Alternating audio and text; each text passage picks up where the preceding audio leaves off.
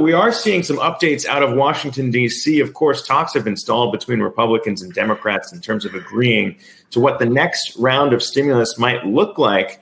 But now a new plan being launched by Senate Democrats to undo the payroll tax deferral enacted by President Trump, even though a lot of companies right now are still stuck in terms of deciding what they might want to do, considering that could be challenged and it could lead to a bit of a legal quagmire in terms of who's liable to pay back the payroll tax that was deferred. So here to discuss that, as well as growing concerns about the debt levels here in the U.S. as more stimulus is discussed but not enacted.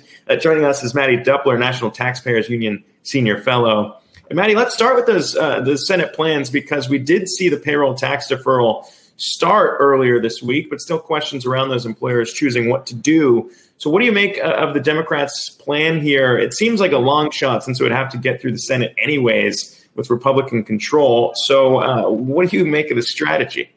Yeah, I mean, not just a long shot, a little bit of a perplexing political position for Democrats. Listen, we've talked before about how this executive order on the payroll tax is nonsensical, and I think that's putting it charitably, given that I don't think a single business worth their salt is going to elect to use this deferral, because it's going to slate them to have a double taxation next year when the executive order expires. So, I don't think Democrats are really worried that a lot of employers are going to take them up on this. The interesting component of the presidential action is that federal employees will be forced to take the deferral. So that is a subset of workers in this country who are going to be facing that double taxation in January. Now, I do think the most likely way for this to play out is that employers will wait until November to see what the political makeup is in Congress and in the White House at the end of the year, in which case they may have a better case to be made that those taxes will eventually not just be deferred, but waylaid entirely. But I'm not sure that any firm is going to take that political risk until they have at least somewhat of a guarantee that the political climate will stay the same, or at least move in a way that is more hopeful that those taxes will be taken off the table come January 1. Yeah, just a good reminder that all of this is hitting in an election year, kind of a perfect storm in terms of timing to try and get anything through. We're already seeing those struggles on this next round of stimulus, but also interesting to see kind of the freezing on the Republican side. We always talk about Republicans versus Democrats, but there's a lot to be made about the lack of unity on the Republican side in terms of even wanting to spend more than $1 trillion on this next round. And there's a few reasons as to why.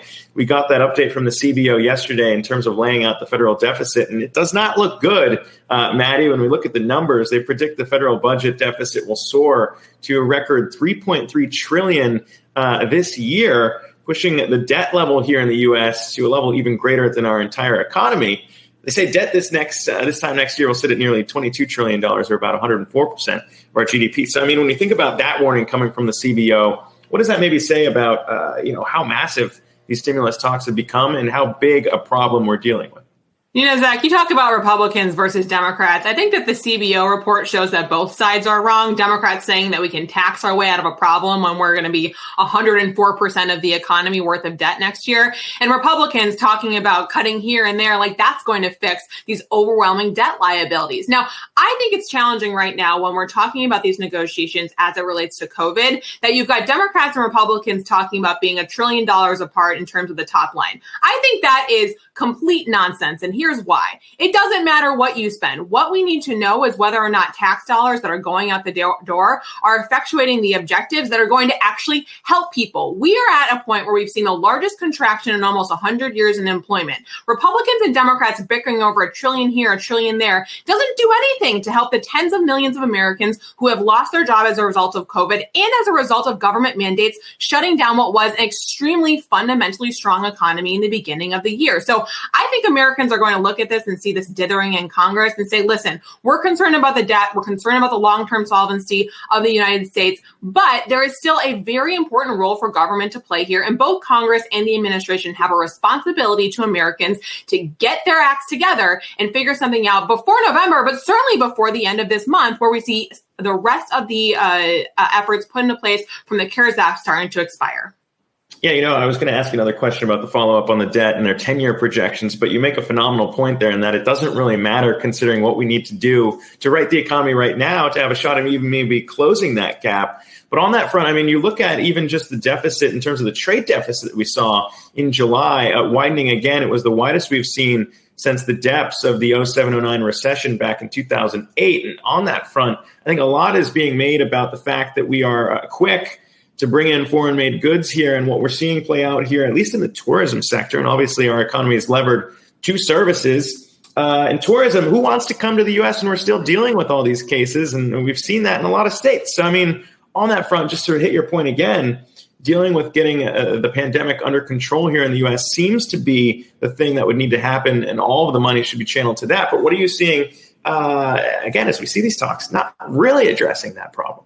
Yeah, Zach, I think if I can make maybe an even finer point on the explanation that you just gave, which is that I think a lot of Americans, call them voters, call them constituents, call them what you will, depending on what population and audience you're talking about. But a lot of Americans are asking, what the heck is the trade-off here, right? If we're going to be going through coronavirus, if we're going to be facing these huge numbers of federal and unsustainable debt, if we're going to be looking at the paying cost of the economy, what is the trade-off? The most prosperous nation in the world can't figure out these questions. I think that a lot of people are looking at Washington right now asking, why is it that we're now 6 months into this thing and we don't seem to have a better answer on how we're going to fix the public health problem? We don't seem to have a better answer on how we're going to fix the public policy that's supposed to be helping people. And we certainly don't have an answer about what's going to happen in the next coming months. And to your point, that all plays out on a larger scale when we don't have an economy that can recover coming in the coming months and years. That problem will be compounded. And the questions we're asking right now are going to look like small ball with the ones we're going to have to deal with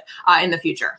Yeah, and to your point, we got Democrats challenging that payroll tax deferral when a lot more Americans don't even have a job and not even on payroll anymore anyways. All right, Mattie Duppler, appreciate you taking the time to chat. Be well out there.